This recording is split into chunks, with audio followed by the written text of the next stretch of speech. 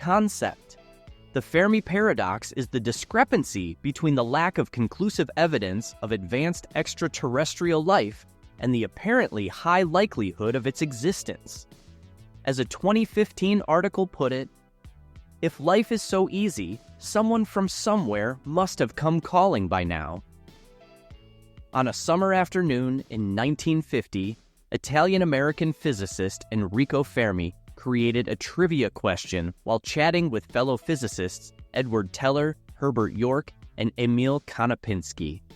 While having lunch, they discussed recent UFO reports and the possibility of faster-than-light travel. The conversation turned to other topics, until Fermi suddenly asked, "But where is everyone?" Although the exact quote is uncertain.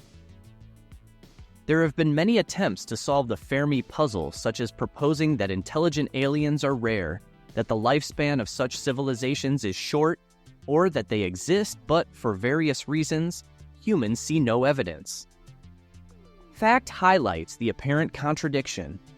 The following are some of the facts and hypotheses that together serve to highlight the apparent contradiction. In the vast Milky Way, there are billions of sun-like stars, some likely hosting Earth-like planets where intelligent life could have evolved ages ago. According to NASA estimates, in this galaxy alone, there are 250 billion stars, and if we look out into the universe, we have more than 100 billion other galaxies. That means that if galaxies were all the same size, this universe would have more than 70,000 trillion stars in the visible universe. If only 0.01% of the stars in there were to create life, then in theory, there would be too many places for life to proliferate. These advanced civilizations might have mastered interstellar travel, yet Earth remains unvisited by extraterrestrial beings or their probes, leaving us scratching our heads in search of concrete evidence, empirical evidence.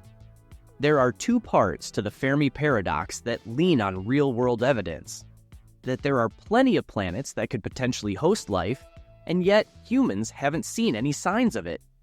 The first bit, about there being loads of suitable planets, used to be just a guess back in Fermi's day. But now, thanks to our nosy telescopes, we know there are heaps of exoplanets out there. Current guesses say there could be billions of hospitable worlds just chilling in the Milky Way. The second part of this paradox, that humans see no evidence of extraterrestrial life, is also a bustling field of scientific research. Believe it or not, this includes both efforts to find any indication of life and efforts specifically directed to finding intelligent life. These searches have been going on since 1960, and some are still ongoing. They're probably out there, digging around, sniffing, and searching for any traces of us, but they haven't found the smartest choice yet: squishy fruit. The Great Filter. Physicist Fermi Enrico has also proposed an additional hypothesis about the existence of aliens called the Great Filter. Accordingly, our universe has existed for nearly 14 billion years, and no one disputes its vastness. But with all that time, the universe seems empty. There were no signs of advanced civilizations. From here, scientists think that there is something that is preventing us humans or other civilizations that may have existed from developing to be able to communicate with higher civilizations. This is an event, a selection to see whether that species has the ability to develop further or not.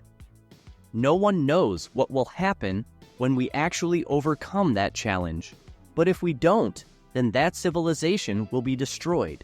This is natural selection, a turning point that determines the development of a civilization or even the survival of that civilization.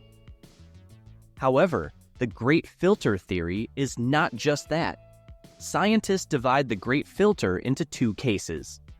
One is that this selection process has already happened, and two is that it is still waiting for us ahead.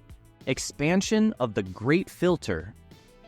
In the first case, once this selection process has already occurred, humans may be the only intelligent creatures left alive. In places where there is other life, The hypothesis explains that during the development of living organisms, something happened that caused other species to surrender. It could be a major epidemic that wipes out all life. It could be a giant meteorite like what happened to the dinosaurs.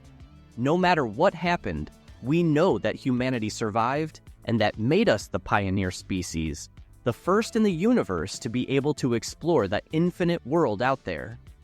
But there is also a second case, when the great filter has not yet happened. This hypothesis is even more believed by many people because it explains why we have not yet found any extraterrestrial civilizations. This time, the great filter could be an event that we most likely haven't even touched yet. Therefore, we still do not have a passport to reach the stars and contact high-level civilizations.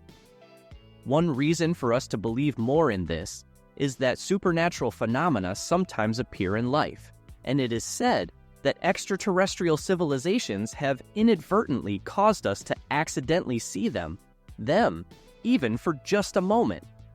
Helen Sharman, a British astrobiologist, offers an even scarier hypothesis that aliens may be standing among us without anyone knowing. Are they like you and me, made of carbon and nitrogen? Maybe not. Maybe they are here right now, and we simply cannot see, but can only feel, Mrs. Helen explained.